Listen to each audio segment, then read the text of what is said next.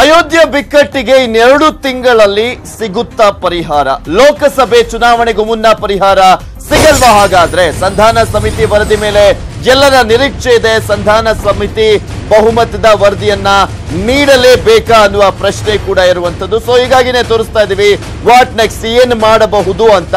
ಸಂಧಾನ ಸಮಿತಿ ವರದಿ ಮೇಲೆ ಎಲ್ಲರ ನಿರೀಕ್ಷೆ ಕೂಡ ಇರುವಂತದ್ದು.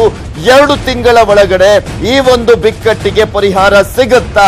ಈಗ ಸಂಧಾನಕಾರರನ್ನ ಕೂಡ ನೇಮಕ ಮಾಡಿರುವಂತಹ ಹಿನ್ನೆಲೆಯಲ್ಲಿ 2 ತಿಂಗಳ ಒಳಗಡೆ ಪ್ರತಿಯೊಂದು ಪ್ರಕ್ರಿಯೆ ಕೂಡ ಮುಗಿಬೇಕು ಅಂತ ಸೂಚನೆಯನ್ನ ನೀಡಿದೆ ಸಂಧಾನ ಸಮಿತಿ ವರದಿ ಮೇಲೆ. ಈಗ ಎಲ್ಲರ ನಿರೀಕ್ಷೆ ಕೂಡ ಇದೆ. ಅಯೋಧ್ಯೆ ಬಿಕ್ಕಟ್ಟಿಗೆ 2 ತಿಂಗಳಲ್ಲಿ ಪರಿಹಾರ ಸಿಗುತ್ತಾ ಹಾಗಾದ್ರೆ ಅನ್ನುವ ಪ್ರಶ್ನೆ ಎಲ್ಲರಲ್ಲೂ ಕೂಡ ಕಾಡ್ತಾ ಇರುವಂತದ್ದು. ಮತ್ತೊಂದ್ ಕಡೆ ಸಂಧಾನ ಪಾಸ್ ಆದ್ರೂ ಫೇಲ್ ಆದ್ರೂ ತೀರ್ಪು ಮಾತ್ರ ಖಚಿತ. ಯಾಕೆಂದ್ರೆ ಈ ಒಂದು ರಿಪೋರ್ಟ್ ಅನ್ನ ಸುಪ್ರೀಂ ಕೋರ್ಟ್ಗೆ ನೀಡಲಾಗುತ್ತೆ. ಅದ್ಯಾವುದೂ ಕೂಡ ಬಹಿರಂಗ ಆಗೋದಿಲ್ಲ. ಪಾಸ್ ಆಗಿದೆಯೋ, ಸಂಧಾನ ಯಶಸ್ವಿ ಆಗಿದೆಯೋ ಅಥವಾ ಮುರಿದು ಬಿದ್ದಿದೆಯೋ, ಇದೆಲ್ಲದ್ರ ಬಗ್ಗೆನೂ ಕೂಡ ಸುಪ್ರೀಂ ಕೋರ್ಟ್ ನಂತರ ಕೂಲಂಕುಷವಾಗಿ ವರದಿಯನ್ನ ಪರಿಶೀಲಿಸುತ್ತೆ.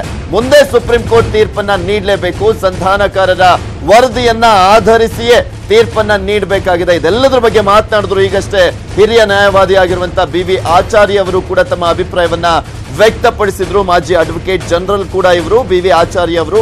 ಈಗಷ್ಟೇ ನ್ಯೂಸ್ 18 ಕನ್ನಡದ ಜೊತೆ ಮಾತನಾಡಿದಂತ BV ಆಚಾರ್ಯ ಅವರು ಹೇಳ್ತಾ ಇದ್ರು, ಇಲ್ಲಿ ಪ್ರಮುಖವಾಗಿ ಯಾವುದೇ ಒಂದು ವಿಚಾರ ಸಂಧಾನ ಆಯ್ತು ಪಾಸೋ ಫೇಲೋ ಅನ್ನೋ ವಿಚಾರ ಬಹಿರಂಗವಾಗಿ ಗೊತ್ತಾಗೋದಿಲ್ಲ. ಈಗ ಆಲ್ರೆಡಿ ಸುಪ್ರೀಂ ಕೋರ್ಟ್ ಕೂಡ ಸೂಚನೆಯನ್ನ ನೀಡಿದೆ. ಯಾವುದೇ ಕಾರಣಕ್ಕೂ ಸಂಧಾನದ ವಿಚಾರಕ್ಕೆ ಸಂಬಂಧಪಟ್ಟಂತೆ ಯಾವುದೇ ಮಾಹಿತಿ ಕೂಡ ಸೋರಿಕೆ ಆಗಬಾರ್ದು ಅನ್ನುವ ಈಗ ಆಲ್ರೆಡಿ ಸೂಚನೆಯನ್ನ ನೀಡಿರುವಂತಹ ಹಿನ್ನೆಲೆಯಲ್ಲಿ ಆ 3 ಸಂಧಾನಕಾರರು ಈ ಒಂದು ಅಭಿಪ್ರಾಯ ಏನ್ ವ್ಯಕ್ತ ಆಯ್ತು, ಸಂಧಾನ ಆಯ್ತೋ, ಒಪ್ಕೊಂಡ್ರು ಅಥವಾ ತಿರಸ್ಕಾರ ಮಾಡಿದ್ರು, ಅದೇನೇ ಇದ್ರೂ ಕೂಡ ಆ ಒಂದು ವರದಿಯನ್ನ ಅವರು ತೀರ್ಪನ್ನ ಕೊಡೋದಕ್ಕಾಗೋದಿಲ್ಲ. ಅವರು ಆ ಒಂದು ವರದಿಯನ್ನ ಸುಪ್ರೀಂ ಕೋರ್ಟ್ಗೆ ನೀಡ್ತಾರೆ, ಸಾಂವಿಧಾನಿಕ ಪೀಠಕ್ಕೆ ನೀಡ್ತಾರೆ. ನಂತರ ಸುಪ್ರೀಂ ಕೋರ್ಟ್ನ ಸಾಂವಿಧಾನಿಕ ಪೀಠ ಏನ್ ಮಾಡಬೇಕು, ಆ ಒಂದು ಒಮ್ಮತ ಮೂಡ್ತಾ ಈ ವರದಿಯಲ್ಲಿ ಅಥವಾ ಇಲ್ವಾ ಅದೆಲ್ಲವನ್ನೂ ಕೂಡ ಪರಿಶೀಲಿಸುತ್ತೆ. ಒಮ್ಮತ ಮೂಡಿದ್ದಾರೆ ಅಲ್ಲಿ ತೀರ್ಪನ್ನ ಈಸಿಯಾಗಿ ಕೊಡಬಹುದು. ಒಮ್ಮತ ಇಲ್ಲದೆ ಹೋದರೆ ಸುಪ್ರೀಂ ಕೋರ್ಟ್ ತನ್ನ ತೀರ್ಪನ್ನ ನೀಡಲಿದೆ. ಇದೆಲ್ಲದರ ಬಗ್ಗೆ ಸಂಪೂರ್ಣವಾದಂತಹ ಮಾಹಿತಿಯನ್ನ ನೀಡ್ತಾರೆ ನಮ್ಮ ಪ್ರತಿನಿಧಿ ಧರಣೀಶ್. ದೆಹಲಿಯಿಂದ ನೇರ ಸಂಪರ್ಕದಲ್ಲಿ ಜಾಯ್ನ್ ಆಗ್ತಾ ಇದ್ದಾರೆ. ಎಸ್ ಧರಣೀಶ್, ಇಲ್ಲಿ ಪ್ರಮುಖವಾಗಿ ಸುಪ್ರೀಂ ಕೋರ್ಟ್ನ ಈ ಒಂದು ಆದೇಶವನ್ನ ಎಷ್ಟರ ಮಟ್ಟಿಗೆ ಒಪ್ಪಿಕೊಳ್ಳುವಂತ ಸಾಧ್ಯತೆ ಇದೆ ಸಂಘಟನೆಗಳು? ಅಂದ್ರೆ ಒಂದ್ ಕಡೆ ಹಿಂದೂ ಸಮಾಜ ಆಗಿರ್ಬೋದು, ಮುಸ್ಲಿಂ ಸಮಾಜ ಆಗಿರ್ಬೋದು, ಇನ್ನೊಂದ್ ಕಡೆ ಉತ್ತರ ಪ್ರದೇಶದಲ್ಲಿ.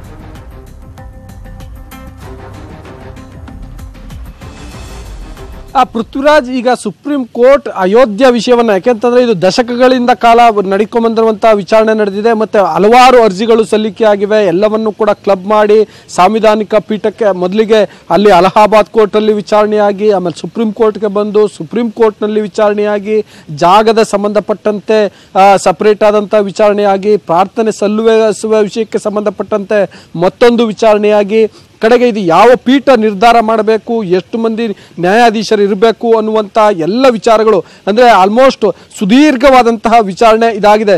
ದೇಶದಲ್ಲಿ ಅತಿ ದೊಡ್ಡ ಕೇಸುಗಳು ವಿಚಾರಣೆ ನಡೆದಂತಹ ಕೇಸುಗಳ ಪೈಕಿ ಇದು ಕೂಡ ಒಂದು. ಸೊ ಈಗ ಇಷ್ಟೆಲ್ಲ ಮಾತಾಡ್ತೀನಿ. ನಮ್ಮ ಜೊತೆ ಈಗ ಶಫಿ ಸಹದಿ ಅವರು, ಮುಸ್ಲಿಂ ಧಾರ್ಮಿಕ ಚಿಂತಕರು, ದೂರವಾಣಿ ಸಂಪರ್ಕದಲ್ಲಿದ್ದಾರೆ. ನಮಸ್ಕಾರ ಸರ್. ನಮಸ್ತೆ ಸರ್, ಈಗ ಸುಪ್ರೀಂ ಕೋರ್ಟ್ ನ ಆರ್ಡರ್ ಈಗ 3 ಜನ ಸಂಧಾನಕಾರರನ್ನು ಕೂಡ ನೇಮಕ ಮಾಡಿದೆ. ಏನ್ ಹೇಳ್ತೀರಾ ಇದಕ್ಕೆ? ನನಗೆ ಅನಿಸ್ತಾ ಇದೆ ಇದು ತುಂಬಾ ಒಳ್ಳೆ ಉತ್ತಮವಾದಂತ ಒಂದು ಬೆಳವಣಿಗೆ ಅಂತ ಅನಿಸ್ತಾ ಇದೆ. ಕಳೆದ 25-30 ವರ್ಷಗಳಲ್ಲಿ ಹಿಂದೂ ಮುಸಲ್ಮಾನರ ಭಾವೈಕ್ಯತೆಗೆ ಧಕ್ಕೆ ಆದಂತಹ ಒಂದು ವಿಚಾರವಾಗಿದೆ ರಾಮ ಮಂದಿರ ಮತ್ತು ಬಾಬರಿ ಮಸೀದಿ ಇಶ್ಯೂ. ಅದನ್ನು ರಾಜಕೀಯ ಪಕ್ಷಗಳು ಆಯಾಯ ಸಂದರ್ಭದಲ್ಲಿ ಅವರಿಗೆ ಬೇಕಾದ ಹಾಗೆ ಅದನ್ನು ಬೇಕಾದ ರೀತಿಯಲ್ಲಿ ಅದನ್ನು ಮುಂದುವರಿಸಿಕೊಂಡು ಹೋಗ್ತಾ ಇದೆ. ಆದ್ರಿಂದ ಹಿಂದೂ ಮುಸಲ್ಮಾನರ ಭಾವೈಕ್ಯತೆಗೆ, ಸೌಹಾರ್ದತೆಗೆ ಇದು ಒಳ್ಳೆ ಒಂದು ಉತ್ತಮವಾದಂತ ಬೆಳವಣಿಗೆ. ಈ ಒಂದು ಸುಪ್ರೀಂ ಕೋರ್ಟ್ ನೀಡಿದಂತ ಈ ಏನೋ ಒಂದು ಆದೇಶ ಇದೆಯೋ ಅದನ್ನು 2 ಸಮುದಾಯದವರು ಪಾಲಿಸಿ 2 ಸಮುದಾಯದ ಧಾರ್ಮಿಕ ನಾಯಕರು ಒಂದು ಟೇಬಲ್ ಅಲ್ಲಿ ಕೂತು ಈ ಒಂದು ವಿವಾದಕ್ಕೆ ಒಂದು ಅಂತಿಮ ಹಾಡಬೇಕಾದಂತ ಒಂದು ಒಳ್ಳೆ ಅವಕಾಶ ಅಂತ ನನಗೆ ಅನಿಸ್ತಾ ಇದೆ. ಬಟ್ ಇದು ತಡವಾಯ್ತು ಅಂತ ಅನಿಸ್ತಾ ಇದೆಯಾ ಈಗ? ಇಲ್ಲ, ಈಗಿಂತಲೂ ಮುಂಚೆಯೂ ಹಲವಾರು ಧಾರ್ಮಿಕ ನಾಯಕರು ಇದರಲ್ಲಿ ಬೇಕಾದ ಹಾಗೆ ಚರ್ಚೆಗಳೆಲ್ಲ ನಡೆದಿತ್ತು. ನಾನು ಮತ್ತು ಆರ್ಟ್ ಆಫ್ ಲಿವಿಂಗ್ ನ ಶ್ರೀ ಶ್ರೀ ರವಿಶಂಕರ್ ಗುರೂಜಿ ಅವರ ಸಮೇತ ಎಲ್ಲ ಮುಸ್ಲಿಂ ಮತ್ತು ಹಿಂದೂ ನಾಯಕರೆಲ್ಲ ಸೇರಿ ಸಭೆಗಳೆಲ್ಲ ನಡೆಸಿದ್ದು. ಆದರೂ ರಾಜಕಾರಣಿಗಳಿಗೆ ಒಂದು ಪ್ರಾಮಾಣಿಕತೆ ಇರ್ಬೇಕಲ್ವಾ? ರಾಜಕಾರಣಿಗೆ ಇದರಲ್ಲಿ ಹಸ್ತಕ್ಷೇಪ ಮಾಡಿ ಅವರಿಗೆ ಏನ್ ಬೇಕಂತ ಇತ್ಯರ್ಥ ಅವರಿಗೆ ಅಗತ್ಯ ಇಲ್ಲ. ನನಗನಿಸ್ತಾ ಇದೆ, ಭಾರತದ ಮುಸಲ್ಮಾನರಿರಲಿ ಹಿಂದೂಗಳಿರಲಿ 1992ರಲ್ಲಿದ್ದಂತಹ ಭಾವನಾತ್ಮಕವಾದಂತಹ ಭಾವನೆಗಳ ಒಂದು ಏನಿದೆ ದೊಡ್ಡದಾದಂತಹ ಒಂದು ವಿಚಾರ ಈಗ ಇಲ್ಲ. ಇದು ಬಾಬರಿ ಮಸೀದ್ ಆಗಿರಲಿ, ರಾಮ ಮಂದಿರ ಆಗಿರಲಿ, ಯಾಕಂದ್ರೆ ಎಲ್ರಿಗೂ ಗೊತ್ತಾಗಿದೆ ಇದೊಂದು ರಾಜಕೀಯ ಪ್ರೇರಿತವಾದಂತಹ ವಿವಾದ ಅಂತ. ಆದ್ದರಿಂದಲೇ ಶ್ರೀರಾಮನು ಕೋಟಿಗಟ್ಟಲೆ ಹಿಂದೂಗಳ ಆರಾಧ್ಯ ಪುರುಷ, ಅವರಿಗೆ ಗೌರವ ಕೊಡಬೇಕಾಗಿರೋದು ಎಲ್ಲ ಮುಸಲ್ಮಾನರ ಒಂದು ಕರ್ತವ್ಯ ಆಗಿದೆ. ಅದೇ ರೀತಿಯಲ್ಲಿ ಮಸೀದಿ ಎಂಬುದು ಪವಿತ್ರವಾದ ಇಸ್ಲಾಮಿನ ಒಂದು ದೊಡ್ಡದಾದಂತಹ ಒಂದು ಭವನವಾಗಿದೆ. ಅದಕ್ಕೆ ಹಿಂದೂಗಳು ಅದಕ್ಕೆ ಬೇಕಾದಂತ ಗೌರವ ಕೊಡ್ತಾರೆ. ಆದ್ದರಿಂದ ಎರಡು ಧಾರ್ಮಿಕ ನಾಯಕರು ಸೇರಿ ಈ ವಿವಾದವನ್ನು ಇತ್ಯರ್ಥಗೊಳಿಸಬೇಕೇ ವಿನಃ ರಾಜಕಾರಣಿಗಳು ಇದರಲ್ಲಿ ಹಸ್ತಕ್ಷೇಪ ಮಾಡಿ ಇನ್ನೂ ಇದು ರಕ್ತಪಾತ ಮಾಡುವುದರಲ್ಲಿ ಅರ್ಥ ಇಲ್ಲ ಅಂತ ನನಗೆ ಅನಿಸ್ತಾ ಇದೆ. ಸರ್, ಇಲ್ಲಿ ಪ್ರಮುಖವಾಗಿ ಈಗ ಅರ್ಜಿ ಸಲ್ಲಿಸಿದಾರಲ್ಲ, ಅವ್ರನ್ನ ಮಾತ್ರ ಸಂಧಾನಕ್ಕೆ ಕರೆಯುವಂತ ಹಿನ್ನೆಲೆಯಲ್ಲಿ ಎಲ್ಲೋ ಒಂದ್ ಕಡೆ ಒಂದು ಅಂತ್ಯ ಸಿಗುತ್ತೆ ಅಂತ ಅನ್ಕೊಳ್ತೀರಾ? ಸರ್ ಗೊತ್ತಾಗಿಲ್ಲ, ನಾನು ಫ್ಲೈಟ್ ಅಲ್ಲಿ ಇದ್ದೀನಿ. ಮತ್ತೊಮ್ಮೆ ಹೇಳಿ. Okay, thank you so much sir. Shafi Sahadi ಅವರೇ, ನ್ಯೂಸ್ 18 ಕನ್ನಡದ ಜೊತೆ ನಿಮ್ಮ ಅಭಿಪ್ರಾಯವನ್ನು ಹಂಚಿಕೊಂಡಿದ್ದಕ್ಕೆ.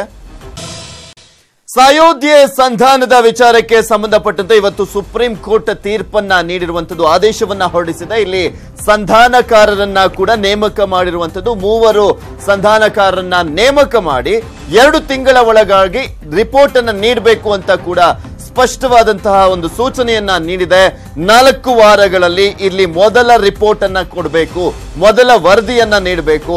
ನಂತರ 8 ವಾರಗಳ ಒಳಗಾಗಿ ಕಂಪ್ಲೀಟ್ ಆಗಿ ಈ ಸಂಧಾನ ಪ್ರಕ್ರಿಯೆಯನ್ನ ಮುಗಿಸಬೇಕು ಅಂತ ಕೂಡ ಸೂಚನೆಯನ್ನ ನೀಡಿದ್ದಾರೆ. ಸೊ ಇದೆಲ್ಲದ್ರ ಬಗ್ಗೆ ಮತ್ತಷ್ಟು ಮಾಹಿತಿಯನ್ನ ಪಡ್ಕೊಳ್ಳೋಣ. ನಮ್ಮ ಪ್ರತಿನಿಧಿ ಧರಣೇಶ್ ನೇರ ಸಂಪರ್ಕದಲ್ಲಿದ್ದಾರೆ. ಎಸ್ ಧರಣೇಶ್, ಈ ಒಂದು ವಿಚಾರವನ್ನ ಒಪ್ಪಿಕೊಳ್ತಾರಾ ಅಂತ ಆಗ್ಲೇ ಕೇಳಿದೆ. ಎಸ್, ಗೋ ಹೆಡ್.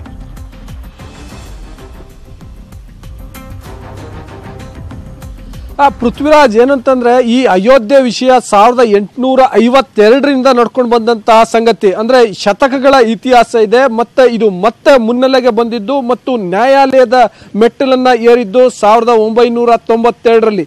1992ರಿಂದ ಇಲ್ಲಿವರೆಗೆ ಸತತವಾಗಿ ವಿಚಾರಣೆ ಆಗಿದೆ ಮತ್ತು ಎಲ್ಲ ಆಯಾಮಗಳಿಂದ ವಿಚಾರಣೆ ಆಗಿದೆ. ನಾನು ಆಗ್ಲೇ ಹೇಳ್ತಾ ಇದ್ದೆ, ಇಲ್ಲಿ ಏನೋ ಮಂದಿರದಲ್ಲಿ ಪ್ರಾರ್ಥನೆ ಸಲ್ಲಿಸುವ ಬಗೆಯಿಂದ ಹಿಡಿದು ಜಾಗ ಹಂಚಿಕೆಯಿಂದ ಹಿಡಿದು ಎಲ್ಲವೂ ಕೂಡ, ಮತ್ತೆ ಯಾವ ಬೆಂಚ್ ಇದನ್ನ, ಯಾವ ಪೀಠ ಈ ಒಂದು ವಿವಾದವನ್ನ ಇತ್ಯರ್ಥ ಪಡಿಸಬೇಕು ಅನ್ನುವ ನಿಟ್ಟಿನಲ್ಲಿ ಸುದೀರ್ಘವಾದಂತ ವಿಚಾರಣೆ ನಡೆಸಿದೆ.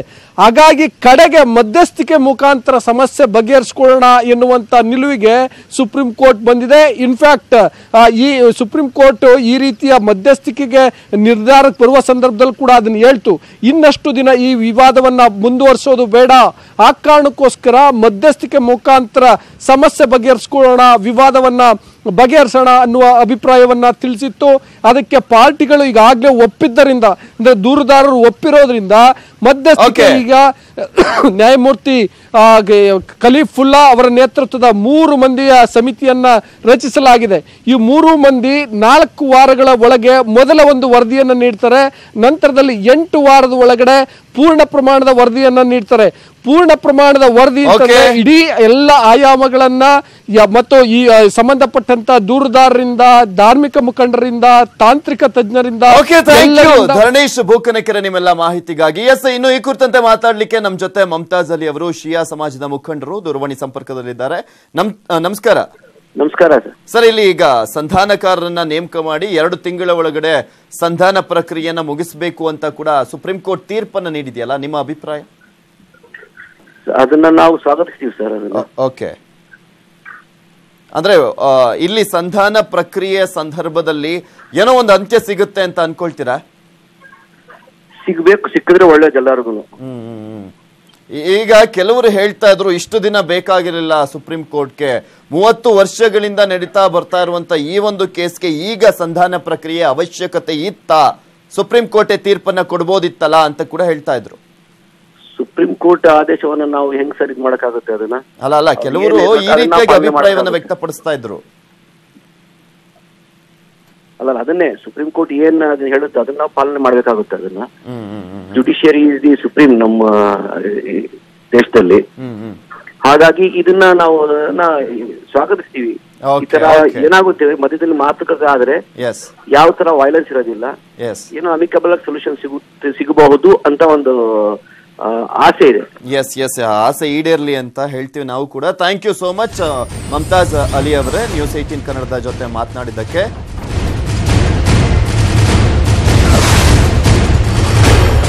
ಬಿ.ವಿ. ಆಚಾರ್ಯ ಅವರು ಈಗಷ್ಟೇ ನ್ಯೂಸ್ 18 ಕನ್ನಡದ ಜೊತೆ ಮಾತನಾಡಿದಂತ ಸಂದರ್ಭದಲ್ಲಿ ಹೇಳ್ತಾ ಇದ್ರು, ಸಂಧಾನಕಾರರನ್ನ ನೇಮಕ ಮಾಡಲಾಗಿದೆ, ಅವರು ಒಂದು ರಿಪೋರ್ಟ್ ಅನ್ನ ಕೊಡ್ತಾರೆ, ಅದು ಪಾಸ್ ಆಫ್ ಫೇಲು ಅದನ್ನ ಡಿಸೈಡ್ ಮಾಡೋದು ಸುಪ್ರೀಂ ಕೋರ್ಟ್, ಒಟ್ಟಿನಲ್ಲಿ ತೀರ್ಪನ್ನ ಕೊಡುತ್ತೆ. ಅಲ್ಲಿ ಸಂಧಾನ ಯಶಸ್ವಿ ಆಗಿದೆಯೋ ಬಿಟ್ಟಿದೆಯೋ ಅದಕ್ಕೆ ಸುಪ್ರೀಂ ಕೋರ್ಟ್ ನಂತರ ತೀರ್ಪನ್ನ ಕೊಡುವಂತ ವಿಚಾರದಲ್ಲಿ ಗೊತ್ತಾಗುತ್ತೆ ಅಂತ ಕೂಡ ಹೇಳ್ತಾ ಇದ್ರು. ಆದ್ರೆ ಸಂಧಾನ ನಡೆಯುವಂತ ವಿಚಾರ ಯಾರಿಗೂ ಕೂಡ ಗೊತ್ತಾಗೋದಿಲ್ಲ, ಅಲ್ಲಿ ಏನಾಯ್ತು ಅನ್ನುವ ವಿಚಾರ ಎಲ್ಲೂ ಕೂಡ ಲೀಕ್ ಆಗೋದಿಲ್ಲ ಅಂತ ಕೂಡ ಅವರು ಮಾತನಾಡ್ತಾ ಹೇಳ್ತಾ ಇದ್ರು. ಅಲ್ಲ, ಇದು ಮೀಡಿಯೇಷನ್ ಅಲ್ವಾ? ಅದು ಇದರಲ್ಲಿ ಸಿವಿಲ್ ಪ್ರೊಸೀಜರ್ ಕೋಡ್ ಸೆಕ್ಷನ್ 89 ಪ್ರಕಾರ ಜನರಲಿ ಈಗ ಎಲ್ಲ ವ್ಯಾಜ್ಯಗಳಲ್ಲಿ ಮೀಡಿಯೇಷನ್ ಟ್ರೈ ಮಾಡ್ತಾರೆ. ಅದರಲ್ಲಿ 2-3 ಇಂಪಾರ್ಟೆಂಟ್ ಥಿಂಗ್ಸ್ ಏನಂತ ಹೇಳಿದ್ರೆ, ಆ ಮೀಡಿಯೇಷನ್ ನಲ್ಲಿ ಯಾರು ಯಾವ ಪ್ರಪೋಸಲ್ ಕೊಟ್ರು, ಅದನ್ನು ಯಾರು ರಿಜೆಕ್ಟ್ ಮಾಡಿದ್ರು, ಅಥವಾ ಯಾವ compromise formula was suggested and who accepted, who not accept, ಆ ಟರ್ಮ್ಸ್ ಯಾವುದು ಕೂಡ ಈ ಕಾಂಪ್ರಮೈಸ್ ಅವರ್ ಮೀಡಿಯೇಷನ್ ಫೇಲ್ ಆದ್ರೆ ಅದನ್ನು ಕೋರ್ಟ್ಗೆ ತಿಳಿಸುವ ಹಾಗಿಲ್ಲ. The mediation will have to only say either mediation has succeeded, this is the compromise, or mediation has failed. ಅದು ಕೋರ್ಟ್ಗೆ ಅವರು ಇಂಥ ಪ್ರಪೋಸಲ್ ಕೊಟ್ಟವರು ಇದು ರಿಜೆಕ್ಟ್ ಮಾಡಿದ್ರು ಅಂತ ಗೊತ್ತಾದ್ರೆ ದಿ ಕೋರ್ಟ್ ವಿಲ್ ಬಿ ಪ್ರೆಜುಡಿಸ್ಡ್. ಅದಕ್ಕೆ ಬೇಕಾಗಿ strictly the proceedings of mediation are also not recorded until there is really a settlement. The idea is it should be a secret negotiation between the parties and the mediator, and only if the mediation succeeds, everybody will know this is the terms of settlement. But if it is a failure, court is only informed that the mediation has failed. ಅಲ್ಲ, ನಮ್ಮ ಕೋರ್ಟ್ಗಳಲ್ಲಿ ಎಷ್ಟು ವರ್ಷ ಹೋದ್ರು ಎಷ್ಟೇ ಸಲ compromise proposal failure ಆದ್ರೂ ಕೂಡ there is nothing wrong in making one more attempt, and in some cases one may presume that virtually the court is shirking its responsibility and postponing the event. ಅದು ಏನು ಮಾಡ್ಲಿಕ್ಕೆ ಆಗುದಿಲ್ಲ. Next court here ಮಾಡಲೇಬೇಕು. The matter has to be heard on merits and judgment has to be given. There is no other alternative. Okay, ಈಗ supreme court context ನಲ್ಲಿ ಯಾವುದೋ ಒಂದು ಕೆಲವು ಕಡೆಯವರೆಲ್ಲ ಎಲೆಕ್ಷನ್ ಮುಗಿಯುವವರೆಗೆ ಇದು ತೀರ್ಮಾನ ಆಗಬಾರ್ದು ಅಂತ ಇತ್ತು. ಪ್ರಾಬಬ್ಲಿ ಕೋರ್ಟ್ ಇದು ಕೂಡ ಅದೇ ಅಭಿಪ್ರಾಯ ಇರಬಹುದು, ಏನೇ ಆಗ್ಲಿ ಎಲೆಕ್ಷನ್ ಮುಗಿಲಿ ಅಂತ. ಈ ಕೋರ್ಟ್ ನಲ್ಲಿದ್ದ ಕೇಸ್ ನಲ್ಲಿ ಮೀಡಿಯೇಷನ್ ಅಂತ ಹೇಳಿದ್ರೆ ಬಿಫೋರ್ ದ ಕೋರ್ಟ್ ಯಾರೆಲ್ಲ ಪಾರ್ಟೀಸ್ ಇದ್ದಾರೆ, not any member of the public, parties to the suit, mediation between the contesting parties, ಅವರ ಕಡೆಯಿಂದ ಪ್ರಪೋಸಲ್ ಬರಬೇಕು, ಏನಾದ್ರೂ ಒಂದು ಕಾಂಪ್ರಮೈಸ್ ಸೆಟಲ್ಮೆಂಟ್ ಬರಬೇಕು. ಅಥವಾ ಇಲ್ಲ ಸುಪ್ರೀಂ ಕೋರ್ಟ್ ಇದ್ದು ಅಥವಾ ಜನರಲ್ ಪ್ರಿನ್ಸಿಪಲ್ ಏನಂತ ಹೇಳಿದ್ರೆ, ನಾಳೆ ತೀರ್ಮಾನ ಯಾರು ಮಾಡ್ಬೇಕಾಗ್ತದೆ ಕೋರ್ಟ್ನವರು ಸಂಧಾನ ಫೇಲ್ಯೂರ್ ಆದ್ರೆ ಅವರಿಗೆ ಇದರ ವಿವರ ಯಾರು ತಿಳಿಸಬಾರ್ದು ಅಂತ ಹೇಳಿ, so that it may prejudice. ಇಷ್ಟೊಳ್ಳೆ ಪ್ರಪೋಸಲ್ ಕೊಟ್ರು ಅವರು ರಿಫ್ಯೂಸ್ ಮಾಡಿದ್ದಾರೆ, ಅಥವಾ ಅವರು ಒಳ್ಳೆ ಪ್ರಪೋಸಲ್ ಕೊಟ್ರು ಇವರು ರಿಫ್ಯೂಸ್ ಮಾಡಿದ್ದಾರೆ ಅಂತ ಒಂದು ಸಿಚುವೇಶನ್ ಬರಬಾರ್ದು ಅಂತ ಆರ್ಡಿನರಿ ಕೇಸ್ ನಲ್ಲಿ. ಈ ಕೇಸ್ ನಲ್ಲಿ ಪ್ರಾಯಶಃ ಸುಪ್ರೀಂ ಕೋರ್ಟ್ ಇದ ಅಭಿಪ್ರಾಯ ಏನು ಅಂತ ಹೇಳಿದ್ರೆ, ಪಾರ್ಟೀಸ್ ಆಗ್ಲಿ ಆರ್ ಇವರು ಮೀಡಿಯೇಟರ್ಸ್ ಆಗ್ಲಿ ಜನರಲಿ ಪಬ್ಲಿಕ್ ಗೆ ಈ ವಿಷಯ ತಿಳಿಸಬಾರ್ದು ಅಂತ.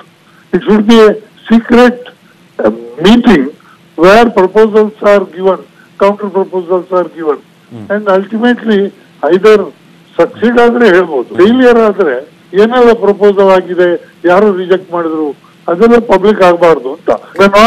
It should not effect the ultimate decision. ಇವೆಲ್ಲ ಇಲ್ಲಿ ನಮ್ಮ ಸೆಕ್ಷನ್ 89 ಸಿವಿಲ್ ಪ್ರೊಸೀಜರ್ ಪ್ರಕಾರ ಈ ಎರಡು ಪಾರ್ಟೀಸ್ ಒಪ್ಪಿದ್ರೆ, ಈಗ ಸಂಧಾನಗಾರರು ಯಾರು ಅಪಾಯಿಂಟ್ ಮಾಡಿದ್ದಾರೆ ಅವ್ರಿಗೇನು ತೀರ್ಪು ಕೊಡುವ ಅಧಿಕಾರ ಇಲ್ಲ.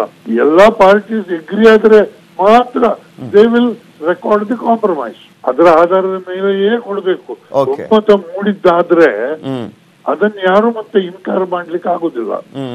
ಇನ್ಫ್ಯಾಕ್ಟ್ ಇಲ್ಲಿ ನಮ್ಮ ಸಿವಿಲ್ ಕೋರ್ಟ್ ಮೀಡಿಯೇಷನ್ ನಲ್ಲಿ ಆ ಮೀಡಿಯೇಟರ್ ಏನ್ ರಿಪೋರ್ಟ್ ಕೊಡ್ತಾರೆ, ಎರಡು ಪಾರ್ಟಿದ್ದು ದಸ್ಕತ್ ತೆಕ್ಕೊಂಡು that virtually becomes a decree of the court. ಸ್ಥಾನದಲ್ಲಿ ಸಕ್ಸಸ್ ಆದ್ರೆ ಪಾರ್ಟೀಸ್ ಎಗ್ರಿ, ಮತ್ತೆ question of supreme court deciding anything doesn't arise. They want to put a stamp of approval.